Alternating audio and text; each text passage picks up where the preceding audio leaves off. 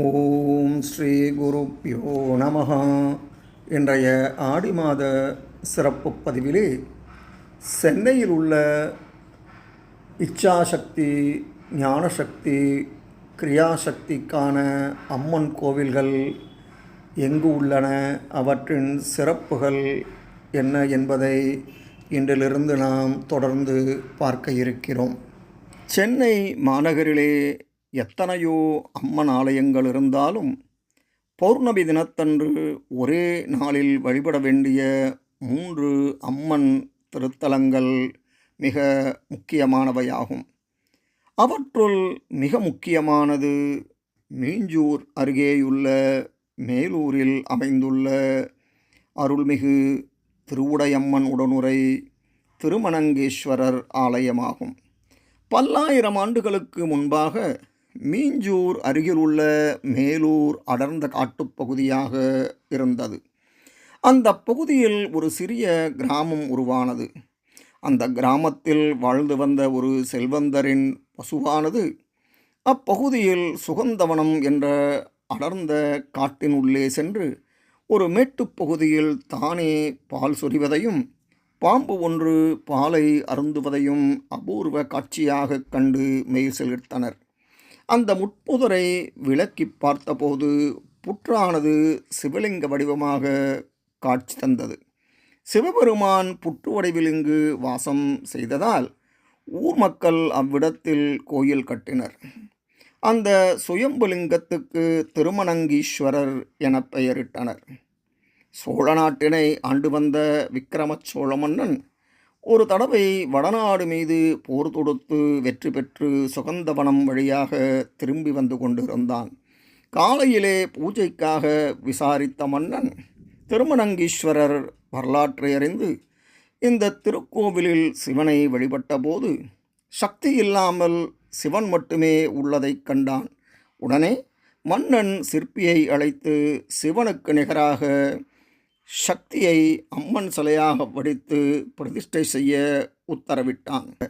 தேர்ந்த கல் ஒன்றை கொண்டு வர சிற்பி அலைந்து திரிந்து மலை உச்சியில் ஒரு கல்லை கண்டான். அதனை கீழே கொண்டு வரும்போது கைப்பிடி நழுவி உருண்டு விழுந்ததில் கல் உடைந்து 3 பாகங்களாக ஆனது. அந்த சிற்பி தான் தவறு செய்து விட்டதாக நினைத்து கையை சிதைத்து கொள்ள முற்பட்டான்.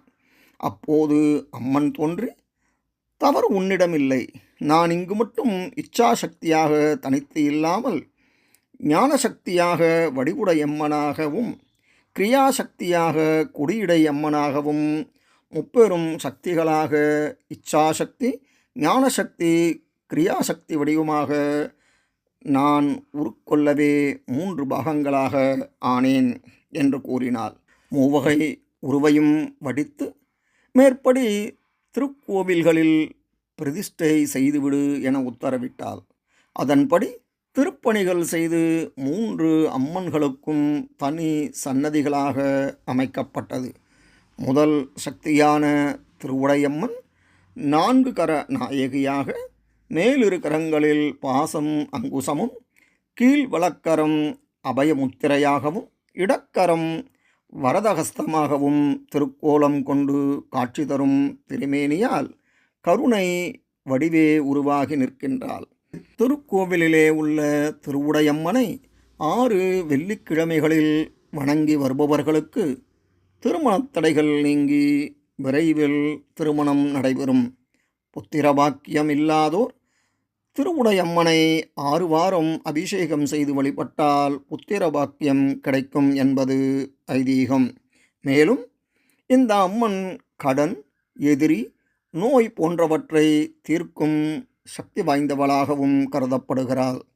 முன்ஜென்ம பாவங்களையும் தீர்க்கும் சக்தி திருவுடையம்மனுக்கு உண்டு என்கிறது இந்த கோயில் தலபுராணம். இந்த திருக்கோவிலிலே ஆடிப்பூரம், பங்குனி உத்தரம் நாளில் திருக்கல்யாண உற்சவம் சிறப்பாக நடைபெறுகிறது. தம்மை நாடி வரும் பக்தர்களுக்கு அருள் வழங்கும் முப்பெரும் தேவிகளில் இச்சாசக்தியாக விளங்கும் அன்னையை ஆடி மாதத்திலே சென்று வழிபட்டு எல்லா வளமும் நலமும் பெற்று வாருங்கள். நன்றி, வணக்கம்.